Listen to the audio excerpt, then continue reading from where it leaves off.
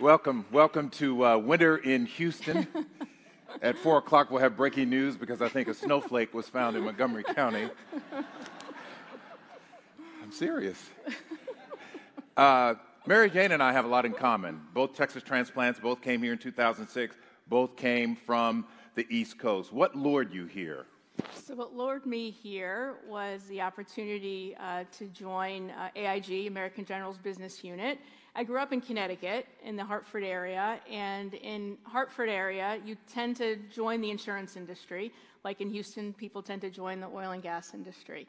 And so I had the opportunity to come here in 2006 and join the American General team. So opportunities got better. You wound up at Allstate in the position that you have now, but it required that you go to Chicago some of the time, and you said, I'm going to stay here part of the time. What was the decision behind splitting?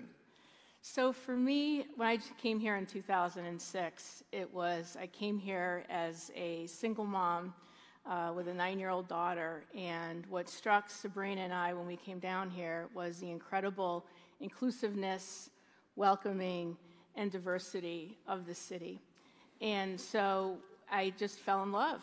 And when the Allstate opportunity came up, I was excited about the opportunity to join such a wonderful organization, but just wasn't ready to close the chapter on Texas. You know, one of the things that struck me being here was also the benevolence of this community. And my first week here, when I was with American General, I remember going to a search luncheon and being blown away by the power of the private sector coming together with nonprofit to really solve really big issues. It was powerful. So for me, it's been just fell in love, the inclusivity, the diversity, and the benevolence of a really special community. I feel you, because I'm here for the same reason. It's a great family city as well. This is called Renewal, and we, of course, are in recovery from Harvey. Here it is, Harvey by the numbers. I'm going to remind everybody. We had a year's worth of rainfall in 4 days. And as everybody, if you're from Houston, you know we get a lot of rainfall. 154,000 homes flooded, 60,000 rescued. That's just by first responders, thousands more by civilian volunteers. What has been Allstate's role in this recovery process?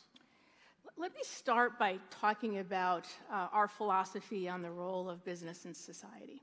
And you know, from our perspective, there are some economists who believe that Milton Friedman and Adam Smith, who believe that the role of a corporation is simply to generate a profit. Well, at Allstate, we don't accept that view. You know, we believe that the role of business and business leaders is much broader than that, that we have a responsibility to create prosperity for all our stakeholders, for our employees, for the customers that we serve, and for the communities where our employees and customers live. And so we take that responsibility very seriously. And when you think about Allstate, we're also a very purpose-driven organization. We don't define ourselves by a company that provides insurance. We define ourselves, our mission is about helping our customers realize their hopes and dreams, helping to protect them from life's uncertainties, and of course, helping them rebuild when tragedy strikes. Well, you couldn't get more uncertain than what we've had here. So what has the recovery looked like from the company's standpoint? Well, you know, from our perspective, we think of recovery when we think of our response to this is the business we're in. You think about, at the end of the day, someone, when they're buying a policy from us, what they're really buying is a promise. And when catastrophes strike, that's our moment of truth. That's the time where we step in and live into our commitment to help them through that period. And our philosophy is really around, first, helping with relief, second, helping with recovery, and then third, helping with rebuilding. And so what we did during the Harvey period was obviously we mobilized. It was fascinating to watch it from Northbrook. We were getting ready for what we knew was coming. We take great pride in being one of the first in when a catastrophe strikes to be able to help our customers. We believe it's the right thing to do. We went around town helping to educate not just our customers but consumers. You heard earlier today the complexity of navigating through the government and the different aid programs. And so we created a disaster recovery guide. We held education seminars, once again, not just for our customers but for the community. Then we started with the recovery. We contributed $1.5 million to organizations like Red Cross, Feeding America, youth empowerment around the country that was focused on raising dollars to help Hurricane Harvey victims. And then with rebuilding, we've actually helped to restore all the books in 4 Houston schools that were destroyed. We also rebuilt a playground in Pasadena in an elementary school so that the kids could have a safe place to play. And so from our perspective, our role is not just to settle claims, it's to help the community and the customers and our employees. We have over 450 small business owners, agency owners in the Houston area, who also were impacted, who are out there helping our customers. So we have a strong sense of commitment to them and the customers that they serve. And so those were some of the things we did to help support the relief, the recovery, and the rebuilding of our great community. The scale of this storm was so large and affected so many people in the Houston area, not just here, but all the way down the coast to parts of Corpus Christi and further. What lessons have you learned about something of this magnitude? Are there things you could have done better? Are there things you wish you had done? You know, one of my favorite learnings coming out of Harvey was we had set up a shop outside of a big box retailer, and someone had left their pet behind. It was a dog.